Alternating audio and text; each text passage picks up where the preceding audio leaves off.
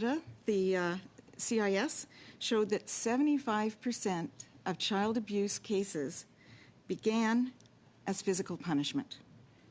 When we children, we're placing those children at risk of increasingly severe violence. When children are hit, they often become angry and resentful. In studies where children have been asked what it feels like to be smacked, they talk about wanting revenge and taking their anger out on others. They also learn that they're unworthy of basic respect. In these studies, children say things like, "You feel very little and not at all important to the world." And I don't think these are the thoughts that we want to implant in children's minds. We know a lot about discipline that does promote healthy development. Collaborative problem solving and emotion coaching are just two examples. These approaches give children skills to solve problems and resolve conflict. So rather than hitting them, parents learn how to strengthen children's emotion regulation. As has been mentioned, corporal punishment is now against the law in 65 countries, 2 nations, Scotland and Wales, and 16 territories. Sweden was the first. I've seen absurd claims that Swedish parents have lost control of their children and the youth assault rate has skyrocketed. In fact, serious family assaults against children declined, youth became less involved in crime, and by 2006, Sweden had the lowest rate of bullying out of 40 countries. Systematic research on Swedish parenting has found that parents are not permissive. They are less punitive, but they're no less likely to intervene. And has been mentioned, law reform is not followed by an increase in prosecutions. In many countries, reports of assaults against children increased, but that's the point, to make violence against children more visible and less acceptable. But even where reporting has increased, the prosecution rate has not. Thank you very much, Dr. Durant. And You'll get a chance. I'll get a chance. Thank you very much. Thank you. So I should have mentioned in the beginning, due to the fact that we have 3 witnesses and many members that are going to want their turn to question. I'll do my best to keep track of time. And I will raise this as a 30 seconds without saying anything, but I will have to interrupt people when the time is up, simply trying to give everybody a fair chance at the committee. So I will now turn for 5 minutes to the Association for Reform Political Action Canada. Good morning. Thank you for inviting us to speak to you today regarding Bill C-273. ARPA Canada believes that Parliament must not repeal Section 43 of the Criminal Code. I want to address this topic of corporal discipline in 3 brief points. The first point, which underlies the rest of the conversation on corporal discipline, is about parental authority. The family has both natural and pre-political authority. That's why the Canadian Bill of Rights refers to, quote, the position of the family in a society of free men and free institutions, end quote. Or why the Universal Declaration of Human Rights calls the family, quote, the natural and fundamental group unit of society, end quote. Respecting parental authority and family integrity means not interfering in families, particularly through the criminal law, without clearly compelling reasons. Professor Melissa Moschella uses the analogy of intervening by force in another sovereign nation. She explains that the international community must respect the authority of sovereign states, but also has an obligation to help their people when they are in need. Coercive interference in any circumstance requires extremely strong justification, such as serious human rights abuses or threatening the peace of other sovereign states. Likewise, every political community consists of families with their own authority. Although parental authority may be imperfect at times, the state must not intervene coercively except in cases of serious abuse and neglect where parents are clearly failing to fulfill their role. As then Chief Justice Beverly McLaughlin wrote for the Supreme Court in Canada in 2004, and it's been mentioned already, but I'll quote it again. Without Section 43, Canada's broad assault law would criminalize force, falling far short of what we think of as corporal punishment, like placing an unwilling child in a chair for a 5-minute timeout. The decision not to criminalize such conduct is not grounded in devaluation of the child, but in a concern that to do so risks ruining lives and breaking up families, a burden that in large part would be borne by children and outweigh any benefit derived from applying the criminal process, end quote. My second point is that there is no adequate evidence that parents who use careful, measured corporal discipline are failing in their role as parents in a way that would merit state intrusion or prosecution of parents, which would cause serious disruption and harm children. Studies on corporal discipline often confuse the cause and effect relationship between corporal discipline and children's outcomes. Some studies assume that corporal discipline causes aggressive behavior based on a correlation. However, it could be that aggressive children were disciplined more because they were more aggressive rather than the reverse. Many studies fail to distinguish between harsh physical punishment and the measured physical discipline permitted by Canadian law.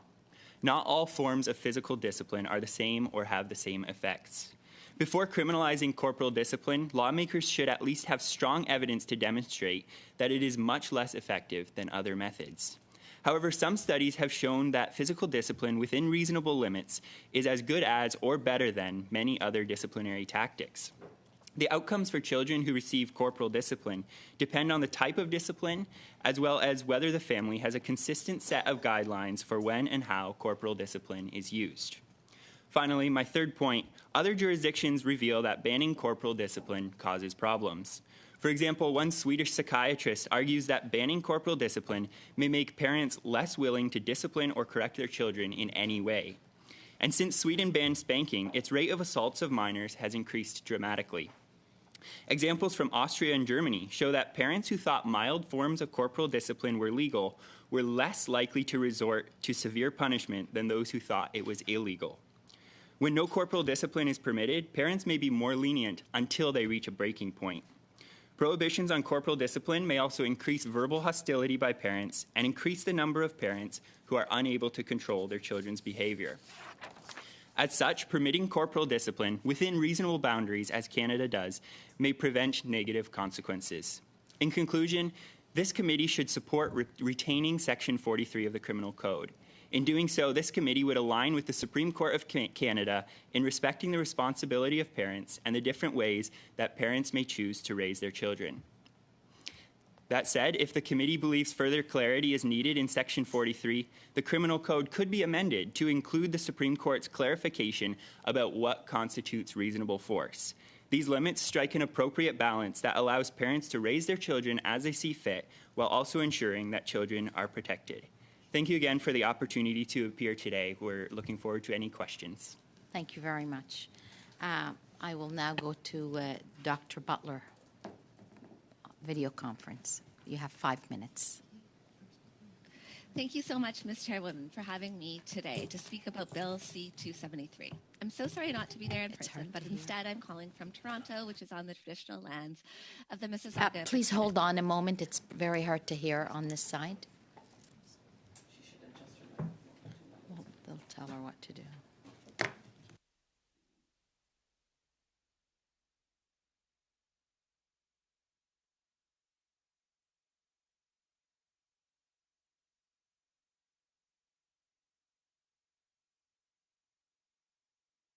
Is the microphone?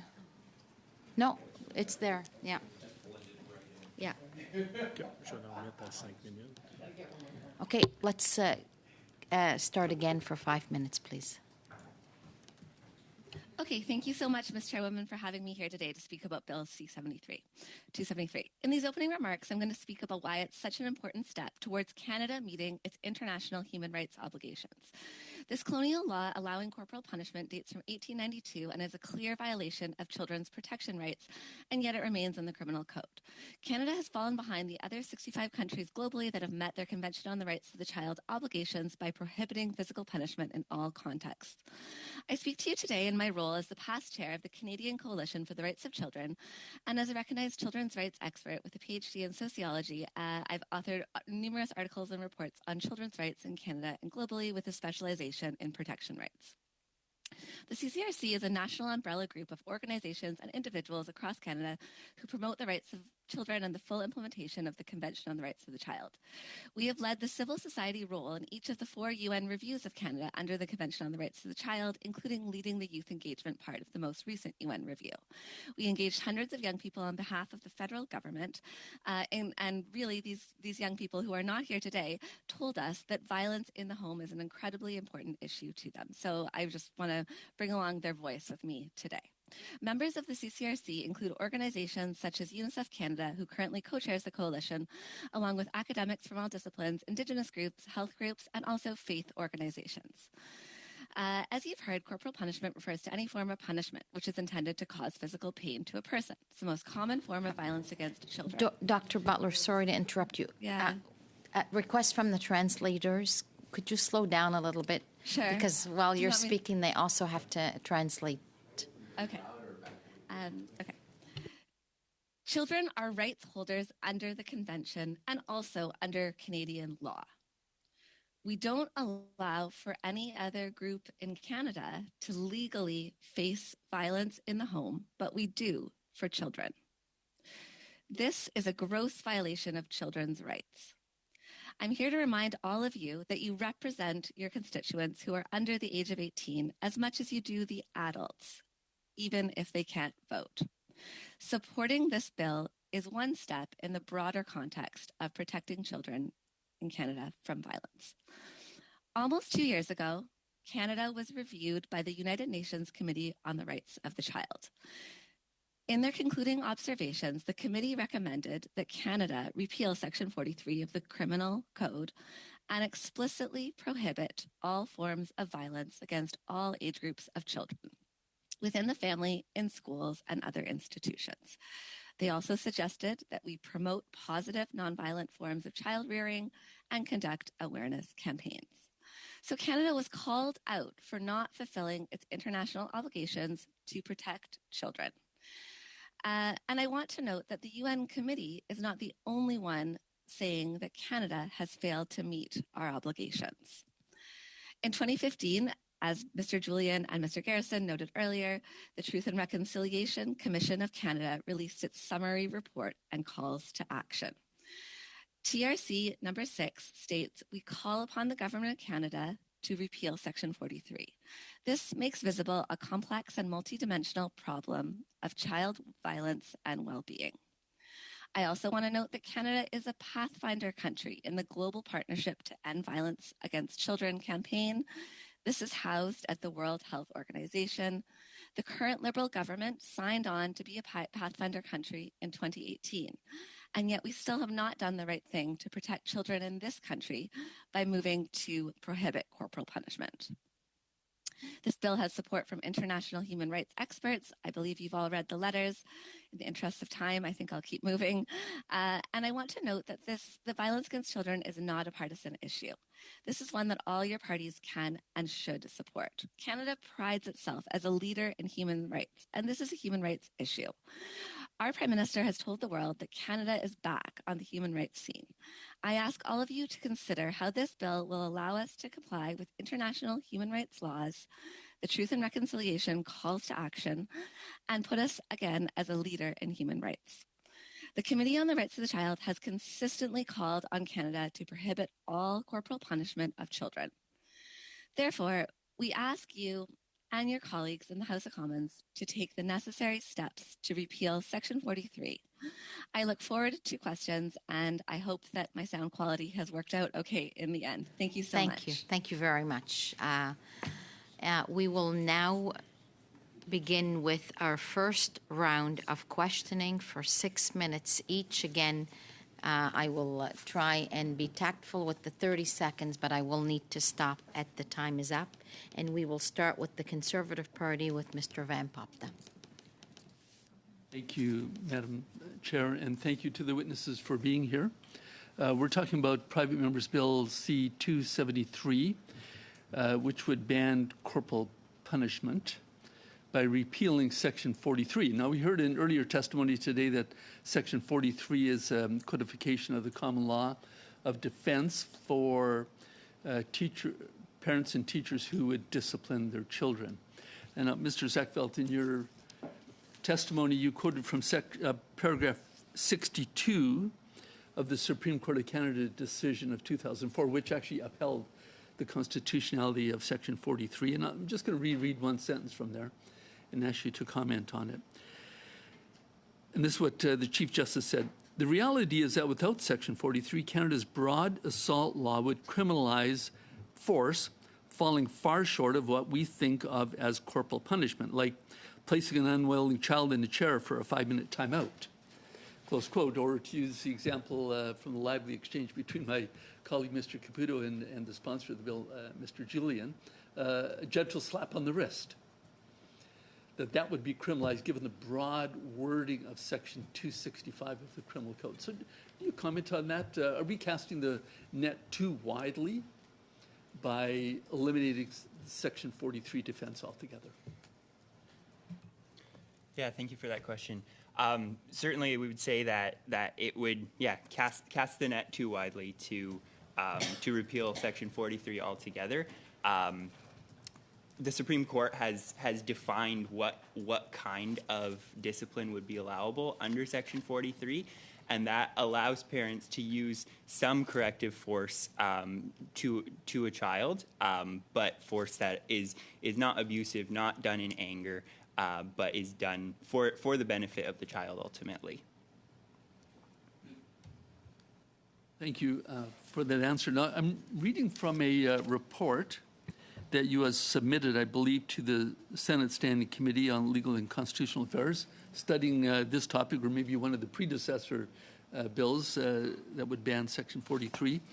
And you had, in your recommendation 3, you said that perhaps we could add a Section 43.1, which would essentially codify the limitations that the Supreme Court of Canada stated around Section 43. And as you heard in earlier testimony today, after that Supreme Court of Canada decision, Parliament never got around to changing anything to Section 43. So perhaps you could comment on the expansion that you propose by adding a 43.1 for clarification. So I think this ties in to a point that Mr. Caputo was making about part of the disagreement at the Supreme Court, which I think was largely about who should be clarifying the law, not necessarily that corporal discipline should not be permitted at all. Maybe I'll just run through that really, really quickly. Justice Binney, so we have 6 of 9 judges agreeing that this is constitutional. Justice Binney agrees in the result that it is constitutional for parents, so now we're at 7 out of 9.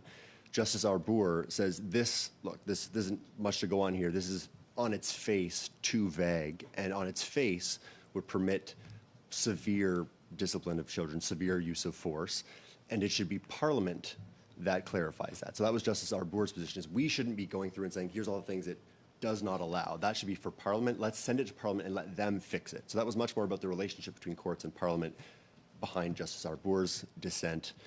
And likewise with Justice Deschamps, as Mr. Garrison rightly pointed out, Justice Deschamps said, the Supreme Court is asked to rule on the constitutionality of this provision, not to reinterpret or basically amend the provision to make it constitutional. But that's what the court did, and we can discuss whether that should have been Parliament. And I think it's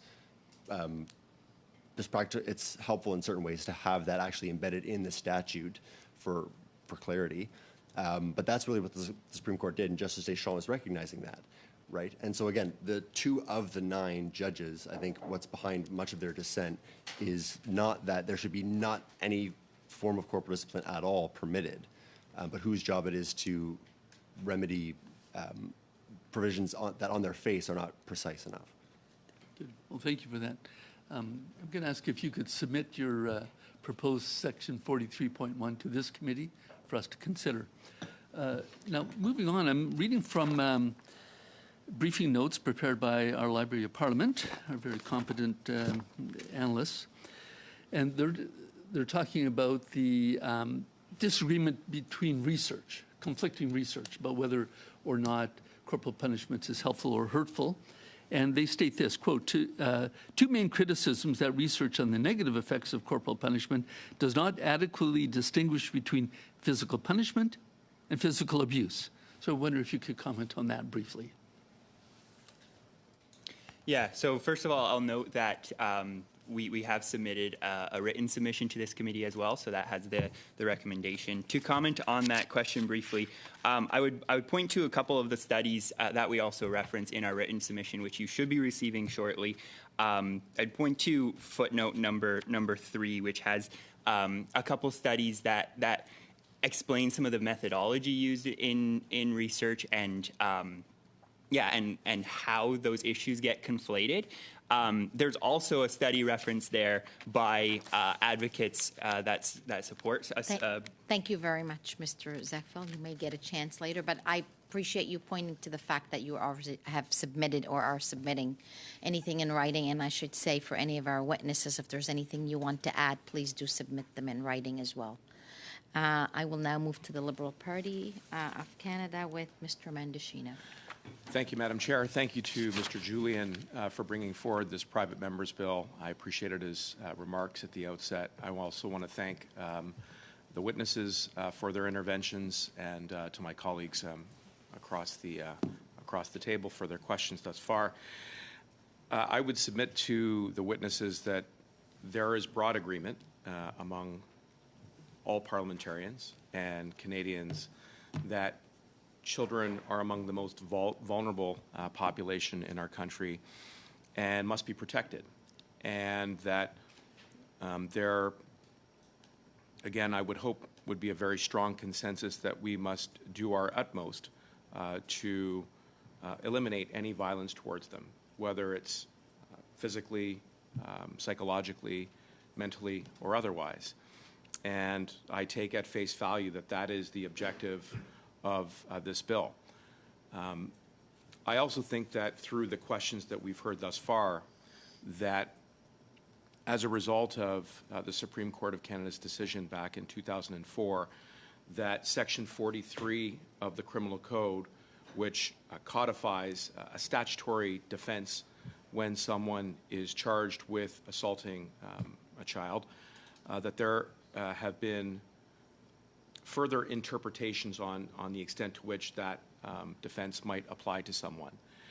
And so what I'd like to do in my remaining minutes is really focus on where I think there is a lively debate about whether or not any physical force is appropriate or justified to protect the child and others, including themselves, that they may harm for a variety of reasons.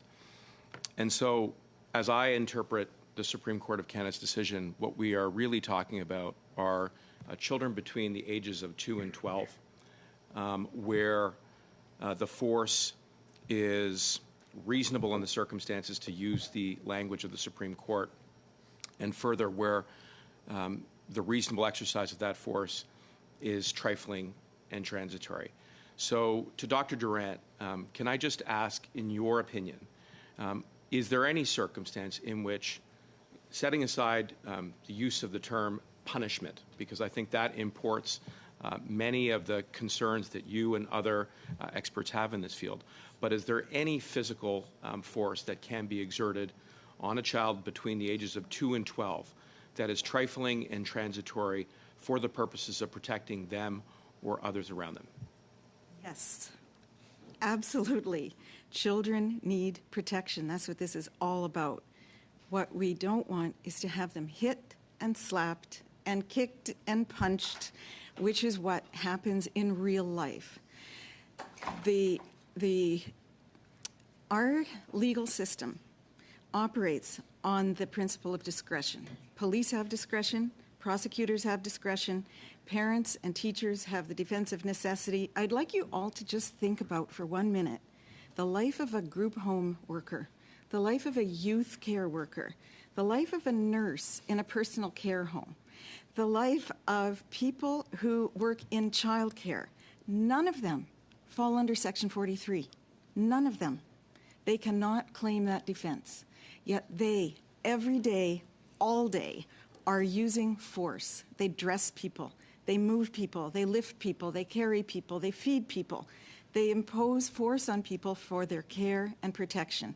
That is completely legal, and there are many defenses. They aren't dragged into court. How often do you hear about childcare workers being dragged into court because they put a snowsuit on a child or they pulled a child away from something dangerous? That is care and protection. That is not what Section 43 is about. Section 43 comes from an 1860 decision in a case where a schoolmaster killed a student. He beat the child with a stick for 2 hours. The only reason that came to court was because the child died.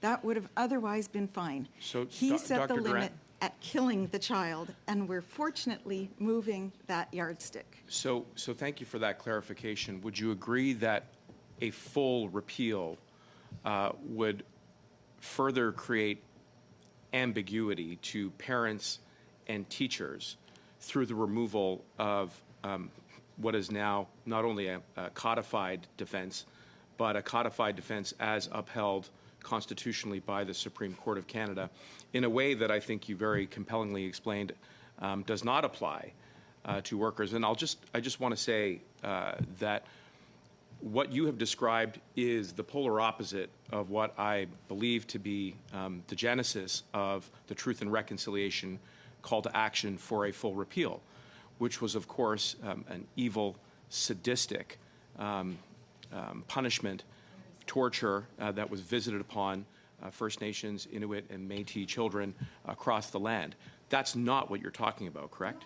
No, no, of course, any severe violence against a child is an assault. If you're worried about this, I'd like to ask you, has that child turned 2, or are they turning 2 tomorrow? If they're turning 2 tomorrow, that is already against the law. 18-month-olds, anybody below 2 years cannot be hit in any way. That is already against the law, as is hitting a child in frustration. Thank you, Dr. Durant. I will now move to the block avec Monsieur Fortin. 6 minutes. Mr. Fortin, 6 minutes, please. Thank you, Madam Chair. Thank you to all our witnesses for coming this morning. The information is precious. Unfortunately, I didn't see the proposal of Section 43.1 that Mr. Sekema and Zekveld referred to. I'm looking forward to reading that. I know that you're going to send it to us. It will be very interesting to see. But I would like to hear your view, Professor Durant, on this question. I like your testimony. It's very logical, and I would like to have an hour instead of just 5 minutes with you. But I would like to hear more from you about what we should do. My concern is that, yes, there is a lot of disruption in classrooms, and sometimes physical force is used to control a child. And right now, under Section 43, you can control, if not punish a child or correct a child in a reasonable manner. But now there's a suggestion to repeal it. I think that we have to be very careful before doing so. I think we have to be cautious because we're talking about criminalizing behavior. You're talking about a mother or father who could possibly be sent to prison because of some behavior. So I think we have to be cautious. Don't you think it would be a good idea to amend 43, perhaps by adding 43.1 or 43.1 or 43B, in order to clarify what is allowed and what isn't, based on the decisions that have been rendered by the courts, so that parents and teachers can do their parenting or teaching job. And as far as I'm concerned, it's absolutely obvious there isn't even any discussion about the fact that it is unacceptable to hit a child with a stick. And the example that you gave from 1916, I think it was, it's totally unacceptable that a teacher would end up killing a child. I think that we have to just clarify under 43 what is allowed and what isn't in terms of use of force on children. In your view, don't you think that would be a better approach rather than simply outright repealing 43? No. It's a terrible idea. And the reason is this. This is the Human Rights Committee. This is a committee that makes decisions on the basis of universal human rights. Children are the only people that are not protected from assault. They're the only ones with this exemption. Think for a moment about the past criminal code. There was once an exemption in Section 43 for masters of apprentices. They could hit their apprentices. They no longer can. There was an exemption, there was Section 44 that exempted captains of naval vessels for using force to correct and discipline. That was repealed in 2001. Captains of ships cannot use corporal punishment, or in fact, that was an even broader defense. That was just force to control, keep things under control. They can't. The only people who can be hit under Canadian law are children. Children. 2-year-olds who have no defense. They're completely dependent on their parents. And I think that this idea that it's only keep the law or do nothing is a real red herring.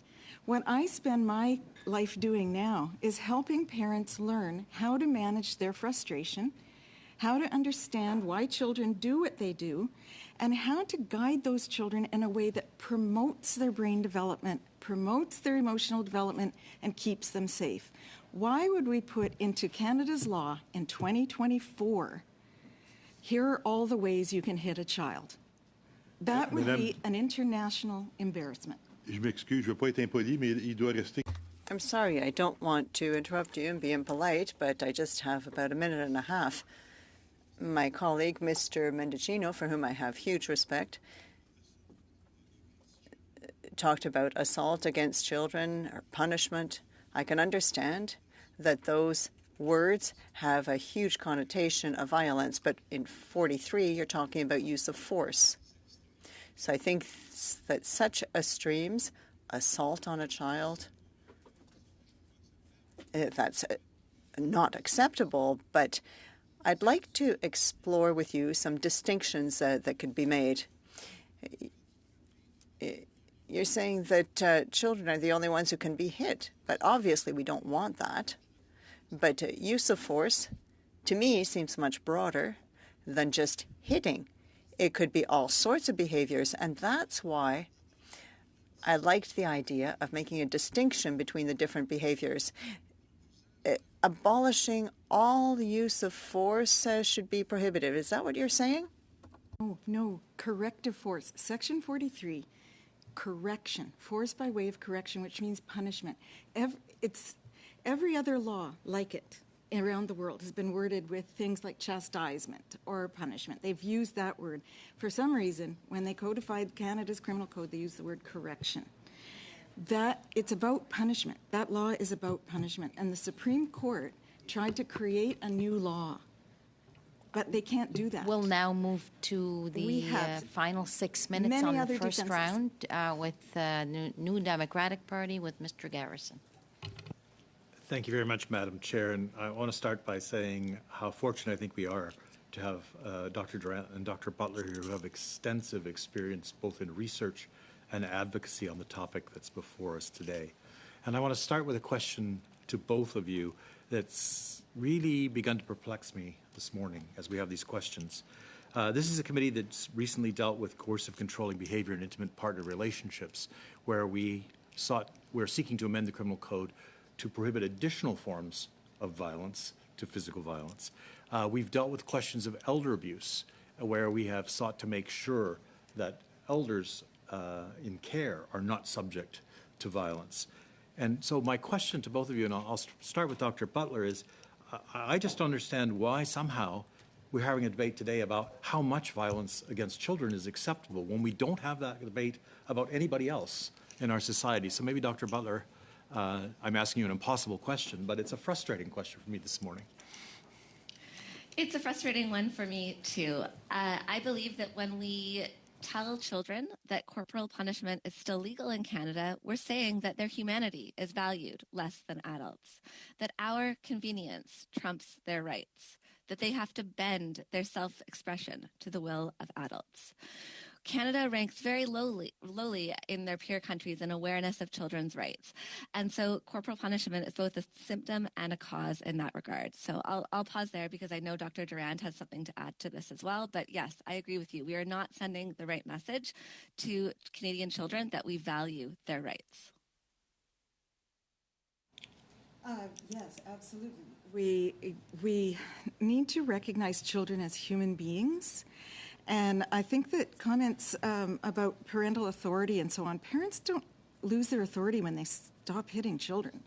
They actually gain more authority. They gain more respect. What we've learned from many studies is that when children are punished in this way, they are afraid. They become dishonest. They start to distance themselves from their parents. They don't go to their parents when they have problems because they're afraid of them. We need to help parents reduce the fear and strengthen the relationship. In other countries, there has been so much effort put into supporting parents. We need to do that in Canada. We value families. Families are the center. They are the center.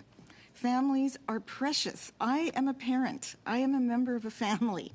And families are the source of population health.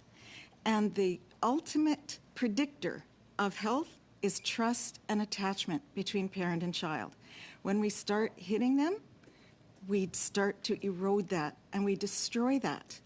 We need to focus on building attachment, building strong families, building strong parent-child relationships, and that's what I do every day of my life.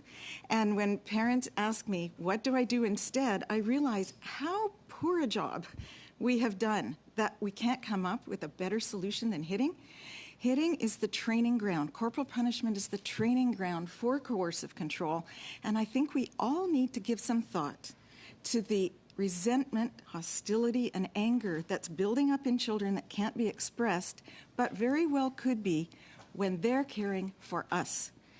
I think a lot of elder abuse is rooted in the experiences that children had when they were young. And that comes back to haunt us. It also, we know clearly that children who are physically punished are more likely to bully, more likely to engage in dating violence, and more likely to engage in intimate partner violence. I will never forget a woman who told me, you know, when I was a child, my father would hit me and tell me, I do this because I love you. My entire life, I only have been involved with violent men. I've been held captive. I've been choked and strangled because they tell me they love me. I learned very young, when it was embedded in my brain, that violence equals love. That set me on a pathway where that has been my entire life. We've got to come to terms with this and realize what we're actually talking about. We're talking about using violence to coerce children. We're not talking about protection. We're not talking about putting them in car seats. We're not talking about pulling them out of traffic. Oh my God, we do that every day. We do that all the time. And if we're worried about that, we should think, okay, the Supreme Court said, Section 43, no punishment of children under 2. Have we seen? Those are the children most likely to be hit, actually, because, well, we all know why. They're very active and they don't have much language. So have we seen a rush of parents into the courts of children under 2? Have we seen a rush of apprehensions of children under 2? The Supreme Court also said that hitting a child in anger or frustration is now against the law. How many parents are hitting children when they're not frustrated? Have we seen a rush of frustrated parents being pulled into the courts? No. These are all red herrings. We're talking about a principle, and the Committee on Justice and Human Rights needs to understand that we are denying children the basic, most fundamental right to protection. And Canada is a laggard. Canada is when I work internationally, which I do a lot, thank you very people much. are I'm going to have to shocked. interrupt to start our second round. And again, We will keep time because we only have limited time left. And we will go to Ms.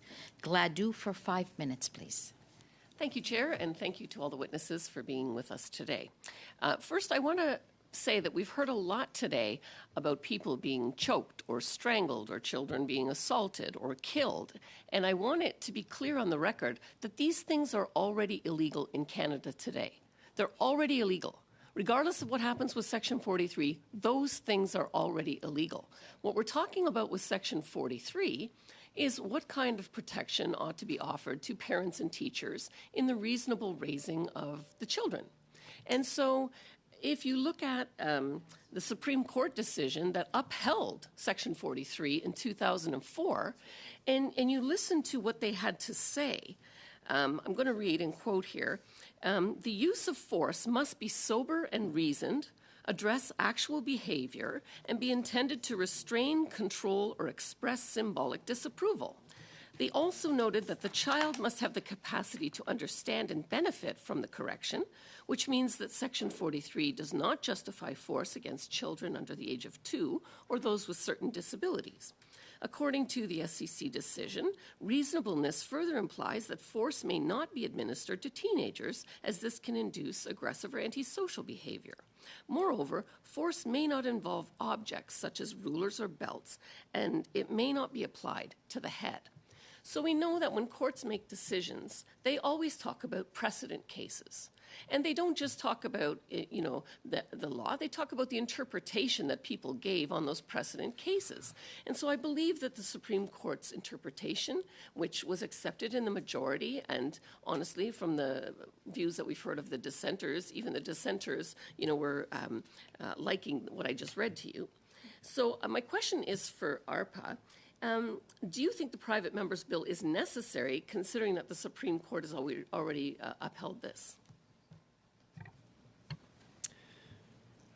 No, I think obviously the private member's bill would fundamentally change the law. I know there's been some discussion of what other common law defenses would then come into effect.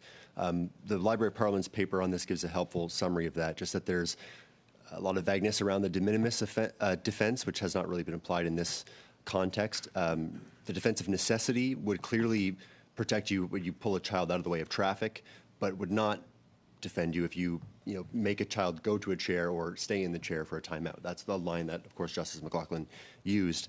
And as for the de minimis defense, Justice Arbour, in her dissent, noted that that defense would need appropriate expansion to cover some of the things we wouldn't want to capture. So even in the dissenting opinion, there's a recognition that something in the law would need to change, whether through Parliament amending the law or through new judicial interpretations of that defense. So just removing this provision and doing nothing else, I think, does cause problems that the Supreme Court had a view to avoid.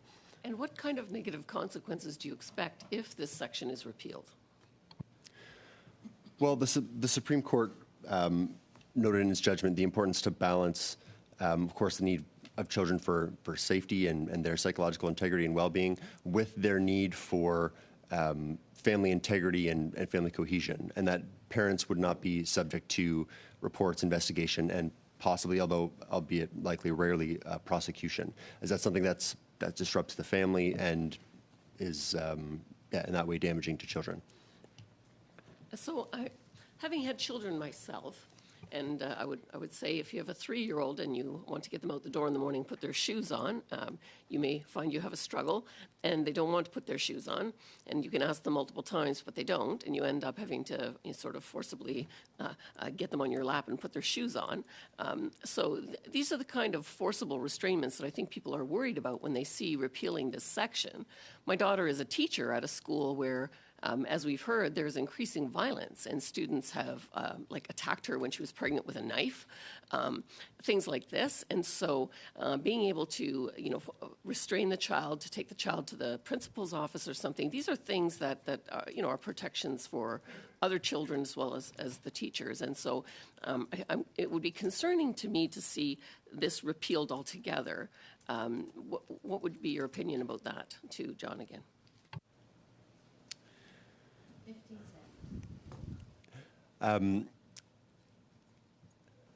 Yeah, I don't know if you have that. I don't think that removing this is the only way to deal with the abuses that children face, and that they're. Thank you. Yeah, Thank sorry. you for that. And again, anything that anybody wishes to say that hasn't got any time today, please send them to us in writing. And I will now move to Madame Brière pour 5 minutes, s'il vous plaît. Thank you, Madam Chair. Thank you to all our witnesses. I will ask my question in French. Dr. Butler. Dr. Butler, what is the balance between protecting children against corporal punishment and the fact that it isn't in the interest of the child or our legal system to inflict legal sanctions against those who actually commit such gestures, who do inflict corporal punishment? Thank you very much for the question. And I appreciate that you're bringing in the best interests of the child here. So first of all, I would say that parental rights are not in conflict with children's rights. Parents have a duty and they are responsibility bearers. So they need to uphold children's rights. Now, I want to take this question and think about the international context. Dr. Durant has already mentioned New Zealand, Sweden. I'd also like to mention Ireland, Wales. What we can see when we look at what has happened worldwide is that police and the justice system are not pulling in parents for these kind of situations. Instead, we're seeing that there has been many more parenting programs, positive parenting programs, which are giving parents different options when this kind of situation occurs. And also, just to note, if you read some of the letters, I believe that came to the committee, the only cases that do get prosecuted are cases where children have been beaten very severely in the home. And so having this total ban on corporal punishment is really important. And I just want to pick up the one other point, which is that we're not saying that you can never use force in a case of safety. So this 2-finger thing, if I have a 3-year-old, if she's going to touch the stove, of course I can pull those 2 fingers away for a point of safety.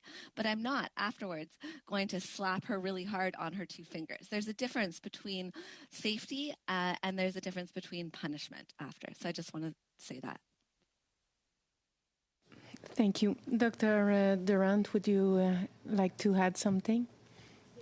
I think it's important that we're all aware that parents, teachers, early childhood educators, group home workers, youth care staff, everyone who cares for another person actually has a legal duty of care. If a parent did not put a child in a car seat, or did not pull a child out of traffic, or did not pull that child's hand back from the stove, they could be charged under negligence because they have a required legal duty of care. They are responsible for the care and protection of children. What we're trying to end is acts of aggression and coercion and violence against children. We have a legal sorry, Dr. duty to Durant. care. I noticed